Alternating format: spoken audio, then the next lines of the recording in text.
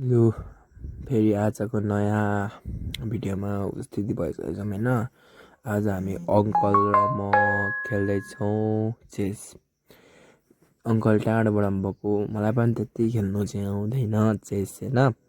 अनि अङ्कल चाहिँ अलिक मास्टर माइन्डै हुनुहुँदो रहेछ, मलाई त्यति खेल्नु आउँदैन। अनि अङ्कल र म चाल्दै थियौँ, अङ्कलले धेरै सोचेर चाल्नु हुँदो रहेछ होइन। सोचेर चाल्नु भएको थियो, मलाई पनि यस्तो सोचिरहेको थिएँ, माइन्ड कस्तो मलाई फेरि खेल्नै आउँदैन कि। अनि अङ्कलले कस्तो दामी बुद्धि लगाएर टक्क राजालाई चेक गर्नुभयो। मैले पिउसेले हल्का साइडमा गरेँ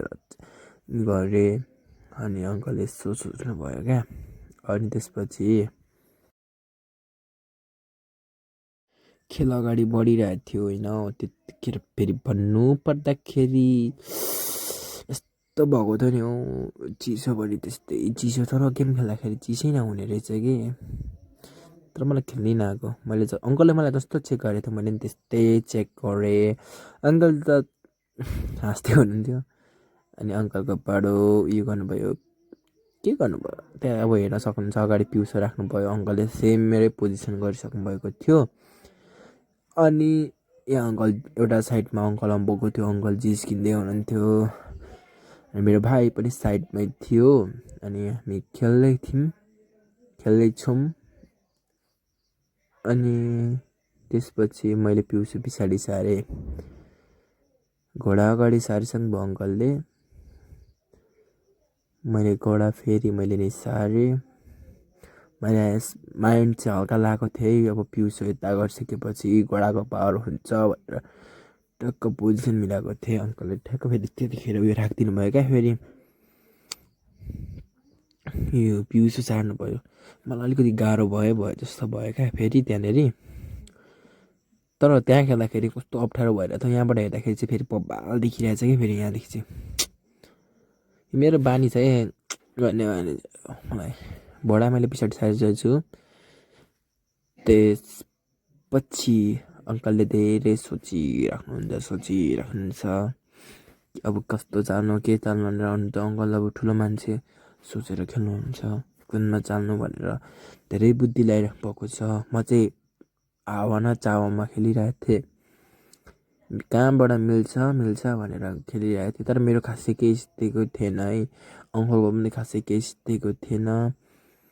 अनि हामीले मेरो होइन अङ्कलको पालो थियो है, अङ्कलको पालो थियो। अङ्कलले सोचेर चाल्दै हुनुहुन्छ कहाँ चाल्ने भनेर। अङ्कलले पिउस त्यहाँ सार्नु भयो, मैले टक्क यो नाम पनि आउँदैन मलाई त्यो भन्ने घोडा।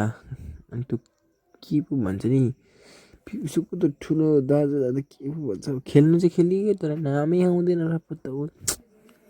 मैले त्यही पोजिसनमा राखिसकेको छु होइन। फेरि मैले यस्तो सोचेको त्यो यो क्यामेलले त्यो पिउसोलाई खाने अनि टक्क उता खाँदाखेरि घोडाको सपोर्ट हुन्छ भनेर सोचिरहेको थिएँ। तर फेरि एक्सचेन्ज गर्नुभयो, मलाई तनाव भयो क्या, तनाव। तर केही छैन भन्ने सोचेँ मैले। त जसो भने क्यामेलले खाइसकेँ। अनि त्यसपछि मैले यसो सोचेँ पिउसो अगाडि सार्छु भनेको थिएँ, तर खानुभयो मेरो घोडाले क्यामेल। अनि मैले नि रानी खाइदिएँ।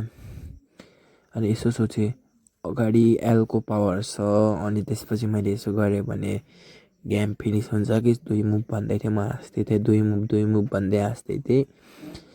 मलाई फेरि कस्तो हुन्छ नि, मेरो भाइहरू बहिनीहरू साह्रै बाठो छ क्या, मलाई सिकाएकै थियो। मलाई भन्दा पनि अङ्कललाई सिकाएको थियो। म त कहिले नखेलेको, अङ्कल सोचिराख्नुहुन्छ, यहाँ जे सोचिराख्नुहुन्छ धेरै बेर सोच्नुहुन्छ। म चाहिँ यसो हेरेँ के गरौँ भनिरहेको थियो। अङ्कलले त्यो अगाडि राखेको पिउसो पिउसो भन्दा पनि हात्ती सारेको भए चाहिँ, तर केही थिएन, अप्सनै थिएन हौ भन्नु पर्दाखेरि। त्यही घोडालाई खाएको भए अङ्कलले मेरो अङ्कल भाग्ने चान्स पाउनुहुन्थ्यो, त्यति चाहिँ थियो है। अङ्कलको रानी जान्थ्यो नत्र। मैले रानी हेरेको, राजा भन्दा पनि है, राजालाई चाहिँ कान्नु भन्दा पनि मैले रानी हेरिरहेको थिएँ। तर अङ्कलले रानी खानु भएन, पिउसो सार्नु भयो। अनि मैले सोचेँ टक्कै योमा राखिदिन्छु भन्ने सोचेँ, चेकमेट भयो। ल आजलाई भ्लग यति नै।